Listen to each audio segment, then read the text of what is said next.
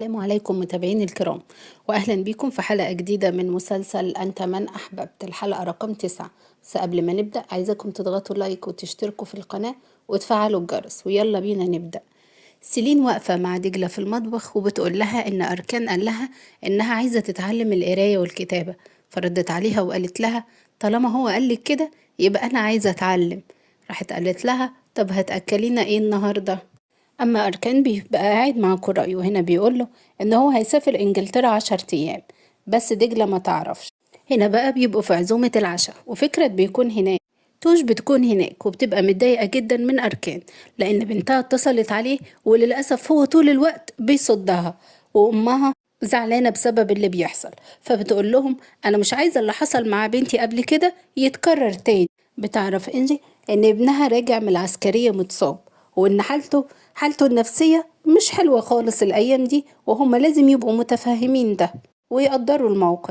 دجلة بتبقى عملت الأكل، وفي الوقت ده جرس الباب بيرن، بيبقى كوراي جاي وجايب معاه 2 من صحابه البنات.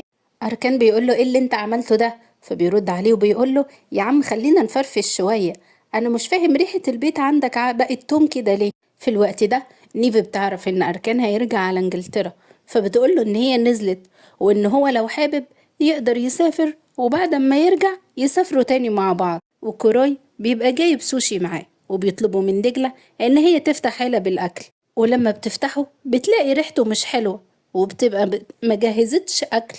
فكوراي بيقول إحنا شكلنا النهاردة هنخدم نفسنا. أما البنات بيشوفوا الأكل وبيقولوا إيه الأكل ده، بس بيوصفوه إن هو دسم قوي. لكن أركان بيجبر بخاطرها وبيقول لها خلي الأكل ده إحنا هناكله مع بعض. بورتيشن بتبقى متضايقة جدا من أركان، وبتبقى شايفة إن هو بيعمل كده علشان اللي حصل ما بينهم المرة اللي فاتت، بس هي مش هتسمح له إن هو يسيبها.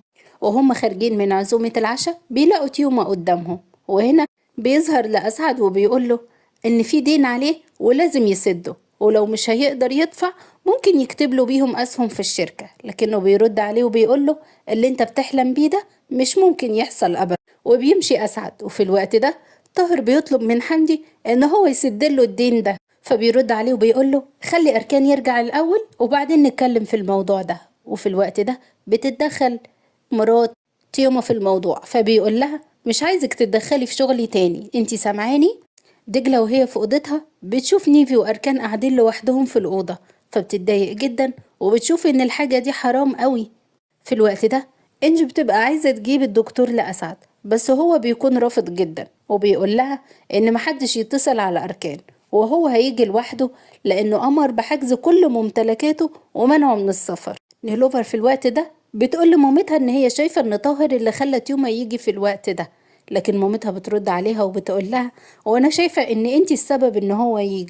هنا نلوفر بتعرفها ان في وقت قليل جدا وهتعرف مين في ولادها الخير. طبعا انجي بتفكر في كلامها وبتتضايق أوي. انجي هنا بتحاول تحل مشكلة أركان، لكن أركان بياخدوا كراي وبيخرجوا يسهروا مع بعض وبيقضوا الليلة مع بعض هما الاتنين سوا، وطبعا بتتنشر أخبارهم على السوشيال ميديا.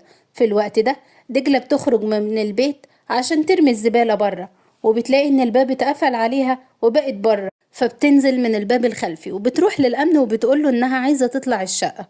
فبيسألها انت شغالة عند مين؟ فبتقوله إنها شغالة عند أركان. ما صدقهاش وقال لها إن انت بتكدبي، فبيسألها على المفتاح قالت له مش معايا وإن الباب اتقفل عليها، لكنه ما صدقش كلامها وقال لها اطلعي بره وطردها بره. في الوقت ده سيلين بتبقى مشيت وبتشوف بورتيشن الأخبار اللي نازلة عن أركان وبتتضايق، فبتقرر إن هي تبعت له رسالة. فهو بيشوف رسالتها وبتقول له إن هو أكيد حالته النفسية مش كويسة علشان كده خرج يغير جو. وفي الوقت ده بيرجع أركان على البيت وبيلاقي دجلة نايمة على الأرض بره العمارة، فبيلاقيها تعبانة جدا وسخنة، درجة حرارتها عالية قوي. فبينده للأمن وبيقول له هي موجودة هنا من إمتى؟ بيقول له أنا معرفش. فبيطلب منه إنه يشغل الأسانسير وبيطلعها على الشقة، وبعدين بيديلها دش ساقع عشان درجة حرارتها تنزل. فبيقول لها لازم تغيري هدومك، فبترد عليه وبتقول له ما ينفعش. فبيقول لها أنا جوزك وعادي تغيري قدامي. فهي بتقول له وكان ينفع اللي انت عملته ده؟ فبيرد عليها وبيقول لها أنا عملت إيه؟ وهنا بيبقى قاعد جوفان وفرومان مع بعض، وبيجي لهم خبر ان هما لازم يروحوا يجيبوا اختهم من اسطنبول، لان اركان داير على حل شعر. وبكده بتكون خلصت حلقتنا النهارده.